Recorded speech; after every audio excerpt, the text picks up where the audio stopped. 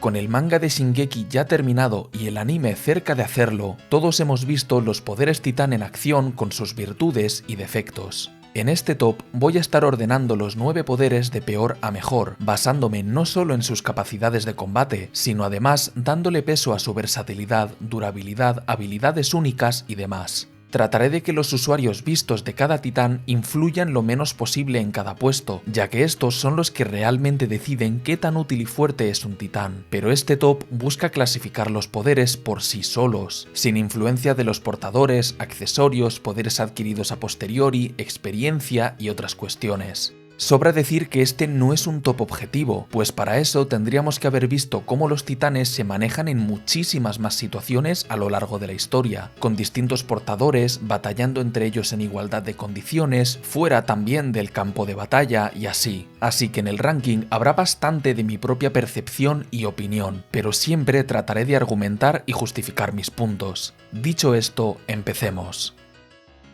Este top lo inaugura el titán colosal. Puede sorprender el encontrar tan bajo a este imponente ser, pero si nos paramos a pensarlo, realmente no es más que un arma bélica de uso muy puntual, con desventajas por cada beneficio que tiene. La explosión que genera al transformarse y su enorme tamaño resultan perfectos para causar estragos entre las líneas enemigas y sus posiciones estratégicas, pero incluso esa virtud puede jugarle en contra por su necesidad de aproximarse en forma humana al lugar objetivo, lo cual es tremendamente peligroso tanto para su usuario como para sus aliados.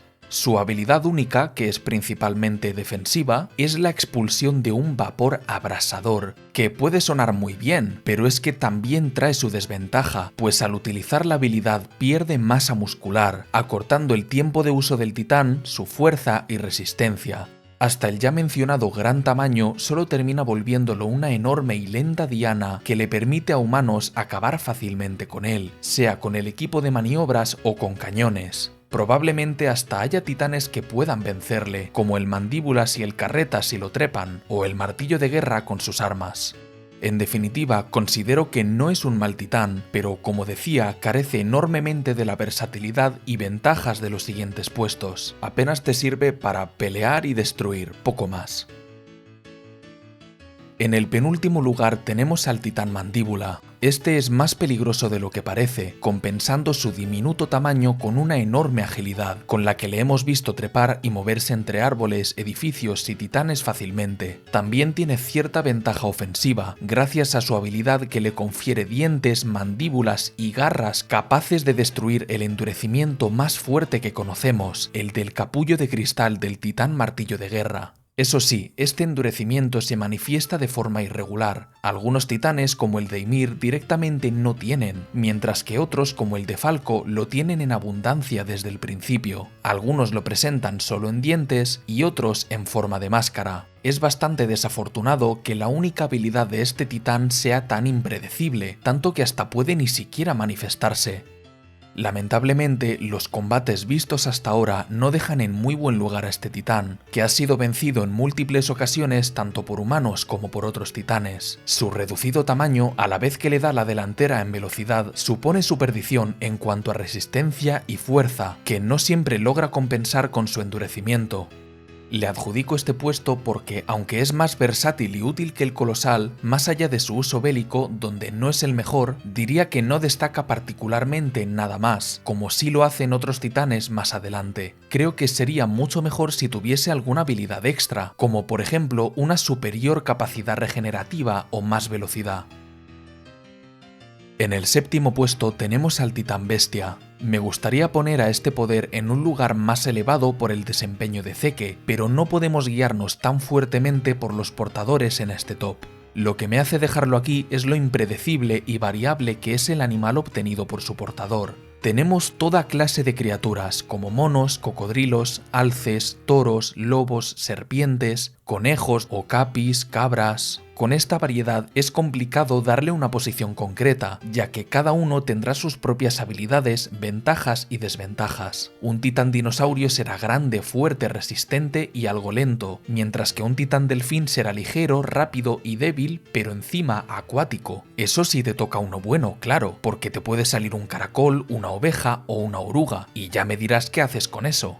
Aún así, por las posibilidades de salir bien que ofrece, con las que puede salirte alguien tan destacable como Zeke, lo considero mejor que el Mandíbula. Y por cierto, antes de que nadie lo comente, el poder de controlar los titanes no es parte del titán bestia, sino una habilidad de Zeke por su sangre real. La habilidad del titán es el hecho de tener forma de animal. El tema de la cristalización que también muestra Zeke seguramente se ha adquirido mediante la ingesta de suero como Eren. En el puesto número 6 tenemos al titán de ataque. Puede que a muchos os sorprenda encontrar el titán de Eren aquí, que parece ser tan fuerte, pero recordad, Eren tiene un titán muy tuneado, por decirlo así. Amén de su poder base, posee endurecimiento, la coordenada y más adelante el martillo de guerra. Su titán por sí solo es bastante normal a nivel físico, sin una fuerza, velocidad o resistencia destacables, ni más habilidades que la capacidad de captar memorias futuras, cosa que podría estar genial si fuese voluntario, pero por desgracia no es así. Parece que solo se captan al entrar en contacto con la sangre real o de forma aleatoria o cuando un portador futuro decide enviarlas. Para más Inri no puedes ver todo el futuro, sino cosas puntuales. Y ya para rematar el asunto, como en Shingeki el futuro ya está determinado, el hecho de conocerlo no te servirá para absolutamente nada porque no podrás cambiarlo. Más allá de ese poder, el titán no tiene ningún añadido que lo distinga de un titán normal y corriente. Es posible que, como contraargumento, estés pensando en las batallas de Annie y Reiner, donde Eren venció sin poderes extra, pero vamos a repasarlas para ver si la cosa está tan clara. Empezando por Annie, tenemos dos batallas, la primera en el bosque y la segunda en la ciudad. En el bosque, cabe destacar que Annie no buscaba matarlo, sino capturarlo, por eso debía controlar sus ataques. Ambos intercambiaron unos buenos golpes, pero Eren salía notablemente peor parado de cada intercambio, tanto que ella ni siquiera sufrió daños. Al final, Annie simplemente decidió terminar con una patada contra la que Eren casi ni pudo reaccionar, que cortó limpiamente tanto al titán como a un árbol. Después, en la ciudad hay una gran diferencia entre el anime y el manga. En el anime, Eren activa una especie de modo berserker con el que acaba destrozando a Annie y causando que ella escape, mientras que en el manga prácticamente no hay pelea, pues ella desde el primer momento intentó escapar al verse rodeada por la legión, y cuando Eren intentó conectar unos golpes, ella con excesiva facilidad le cortó una pierna y le reventó el cráneo. Quien terminó derrotándola fue Mikasa, que le cortó los dedos mientras trataba de huir escalando el muro, haciendo que tras la caída Annie quedase expuesta a Eren y la legión. Contra Reiner al principio estaba siendo aniquilado cuando quiso ir a los puños, no siendo capaz de dañar mínimamente al titán armadura, que le dejó totalmente destrozado. Si terminó agarrando la delantera fue por tres motivos. Primeramente, Reiner no buscaba matar a Eren, de ser así fácilmente podría haberlo hecho. Podemos ver cómo, a pesar de inhabilitar a Eren repetidas veces con un solo golpe, jamás buscó continuar con el ataque. Si lo hubiera hecho, Eren no habría podido ni resistirse. El segundo motivo son las técnicas de Annie, contra las que Reiner no sabía defenderse. Y tercero, muy importante también, la intervención de Mikasa que le cortó los tendones de las piernas a Reiner. Sin esto último, pese a que Eren llevaba claramente la delantera en cierto punto de la pelea, no tenemos forma de saber cómo realmente habría acabado. Quiero destacar también que el titán Warhammer le propinó una reverenda paliza de la que solo se pudo salvar, una vez más, gracias a la ayuda de Mikasa, exactamente igual que ella le salvó de ser devorado por el Mandíbulas. Son demasiadas las ocasiones donde Eren tuvo que ser salvado de la derrota. Hay que decir, eso sí, que Grisha fue capaz de vencer y devorar al titán fundador de Frieda, pero sabemos que ella no estaba muy entrenada y además no tenía acceso a sus plenos poderes por el pacto de renuncia a la batalla. De ser así, ella podría haber hecho mil cosas que habrían directamente evitado la pelea. Con todo esto, no quiero decir que el titán de ataque sea malo, para nada, solo que no es tan poderoso o útil como se podría esperar, pero es decente en movilidad, velocidad, tamaño, regeneración, fuerza y durabilidad. Es, en cierto modo, el típico personaje con estadísticas balanceadas de un videojuego, el que eliges cuando no tienes claro dónde especializarte, que no destaca en ningún apartado, ni a buenas ni a malas, y que sirve un poco para todo. Es por esto que siento que merece estar en este puesto, aunque honestamente casi lo pongo por debajo del Mandíbula. Le ha salvado que este top no se basa en puro combate. En el quinto lugar tenemos al titán hembra. Lo que le gana su lugar es principalmente su poder de copiar las habilidades de otros titanes mediante consumir su carne. Esta habilidad es tan ridículamente poderosa que hasta cuesta imaginar sus posibilidades. Si consiguiese desarrollar su máximo potencial, podría conseguir el endurecimiento del Warhammer, la cara del mandíbula, las visiones futuras del de ataque, las placas de la armadura, la durabilidad del carreta, la expulsión de vapor o explosión del colosal y hasta alguna versión de la coordenada. Además, por si fuera poco, es capaz de atraer a otros titanes con su grito. En cuanto a sus propias características, es un titán ligero y rápido, capaz de superar a los caballos de la legión y correr por kilómetros mientras mata sin muestras de cansancio, y con una durabilidad que le permite transformarse varias veces y pelear. Posee una fuerza que rivaliza con la de los más poderosos, aunque hay que decir que todos los hitos de fuerza vistos del femenino son usando la cristalización, que muy probablemente venga del martillo de guerra. Me gustaría ponerla más alto, pero como digo, sería injusto hacerlo basándonos puramente en el potencial de su habilidad. Resumidamente, es como una versión mucho mejor físicamente del titán de ataque, con una habilidad infinitamente más útil a nivel práctico, y por eso se queda por encima de él. En el puesto número 4 tenemos al titán carreta. Este es un titán que podríamos catalogar como de utilidad o soporte, por cómo es usado generalmente para el transporte de cargamento o cañones en su lomo, a diferencia de otros titanes que se utilizan para el combate directo. Lo que le coloca en este puesto es su habilidad, que considero una de las mejores entre todos los poderes, la de ser capaz de convertirse en titán cientos de veces seguidas sin esfuerzo y mantenerse dentro de este por meses. Así puede compensar su falta de capacidades ofensivas y defensivas con una durabilidad desorbitada. Puede que consigas matarlo fácilmente, pero ¿de qué te sirve si puede reaparecer 100 veces más? Encima, esa no es su única ventaja, pues hemos visto al carreta aniquilar a un titán tras otro gracias a su tremenda velocidad y potente dentadura. De hecho, es generalmente considerado el titán más rápido y ágil de todos. No mató a Hanji por un pelo porque Jan la salvó, y el mismísimo Levi casi cae presa de su mordida por unos milímetros. He de ser sincero con una cosa, a mí no me pareció coherente todo lo que llegó a hacer en la batalla final. Ese titán no debería ser capaz de vencer a tantos de un solo golpe y en un plazo de tiempo minúsculo, que se paseaba por ahí como un dios. Pero oye, son hechos del manga y no puedo contradecirlos.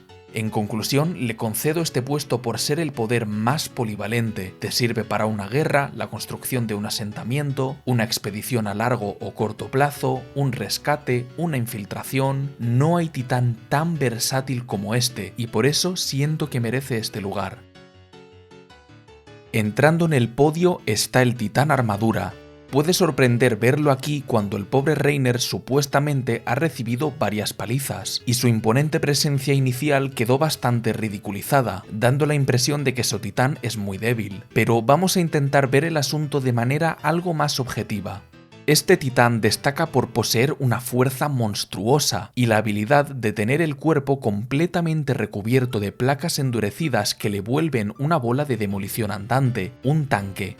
En cuanto a sus hitos de resistencia, tenemos el atravesar los muros de Paradis con un mero placaje, rechazar las espadas de la Legión, ser invulnerable tanto a golpes como a mordiscos de titán sin endurecimiento, y resistir perfectamente la caída del titán colosal sobre su espalda, siendo capaz apenas unas horas después y casi sin descanso de transformarse de nuevo, avanzando frente a una horda de titanes sin poder usar sus manos. También es capaz de resistir mucho mejor que otros las armas más modernas de la humanidad, como la artillería antititán o las lanzas relámpago, de las cuales necesitan un buen puñado para simplemente poder llegar a su cuerpo humano. En cuanto a su fuerza, tenemos muchos ejemplos, entre ellos lanzar a Eren a varios metros de distancia con un solo golpe, hacerle lo mismo que Hulk le hizo a Loki, destrozarle el cráneo con sus puños, lanzar titanes a increíbles distancias o usar torres de metal para arrasar una muralla enemiga.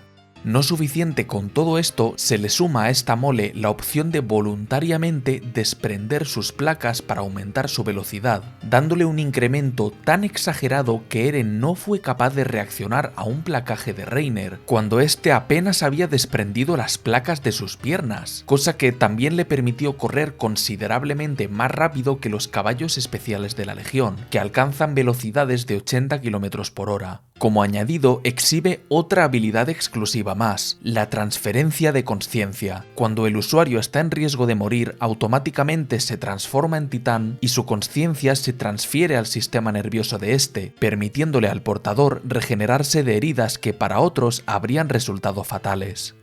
Todo esto suena muy bonito, pero no podemos ignorar, como mencioné al principio, las veces que ha sido superado. Para empezar, tenemos su batalla en el retorno a Shiganshina, donde se llevó unos buenos golpes de Eren y su endurecimiento en los puños, pero que para nada decantaron la batalla, pues esta apenas había empezado. Nunca llegamos a conocer el resultado por culpa de la intervención de la Legión y sus lanzas relámpago, de las cuales por cierto necesitaron 5, y aún así no lo mataron, pero le dejaron totalmente incapacitado.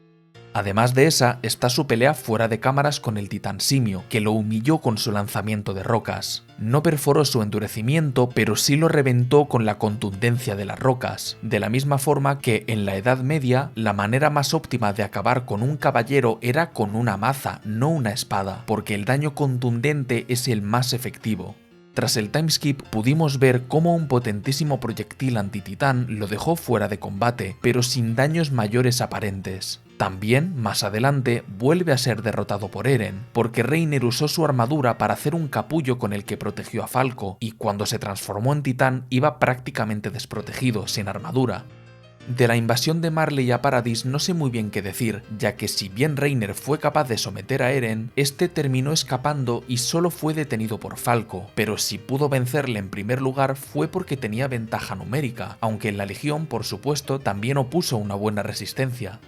En resumen, tenemos un titán fuerte, grande, resistente, con opción de ser mucho más rápido y ágil, con una tremenda estamina y con unos buenos ases bajo la manga, pero que en tiempos modernos ya no es tan invencible. Así pues, considero que tiene bien merecida su posición en el top. El subcampeón es quien ya probablemente todos esperabais, el martillo de guerra, aquel que le consiguió a la familia Tybur un estatus social privilegiado dentro del Imperio Marleyano por su enorme fuerza y relevancia histórica. Este poder está compuesto de una larga lista de bondades, empezando por su habilidad principal, la creación de armas. Las posibilidades son infinitas: martillos, ballestas, arcos, torres punzantes, pinchos gigantes, látigos, guadañas, todas ellas con una inmensa potencia destructiva, capaces de atravesar incluso los endurecimientos. Además de esto, el Warhammer puede controlar su titán de forma remota desde un lugar seguro y refugiado en un capullo del endurecimiento de cristal, aquel que solo el titán mandíbula puede romper. Poco más hay que decir sobre este titán, pues sus habilidades hablan por sí solas. Extremadamente fuerte tanto de lejos como cuerpo a cuerpo, con la mejor protección posible para su usuario y una resistencia mejorada gracias a esa especie de segunda piel endurecida. Sabemos que su único usuario conocido fue derrotado, claro, pero no fue en condiciones de igualdad. Ella no tenía entrenamiento, el asalto fue por sorpresa y su contrincante era alguien con muchísima más experiencia y otros poderes. Además, Reiner estaba inconsciente, Porco y Pieck ocupados, Zeke no peleaba por traidor y no tuvo que batirse solo con Eren, sino también con la Legión. Como ya mencioné antes, de no ser por la intervención de Mikasa, Eren iba a morir ahí mismo. Es una pena que este titán durase tan poco, siendo en mi opinión el más interesante a nivel conceptual y el último poder que nos faltaba por conocer. Casi se sintió como una forma rápida de darle un power-up a Eren para la pelea en Paradis. Quizá hubiera sido más interesante si Eren obtuviese el poder ahí en lugar de en Marley. Así podríamos ver hasta qué punto podría una buena preparación del Warhammer causar el caos en las tropas enemigas. Quizá una distancia del cable mucho más larga, armas desprendidas del cuerpo usables por otros titanes, escudos de distintos tamaños, solo podemos imaginar.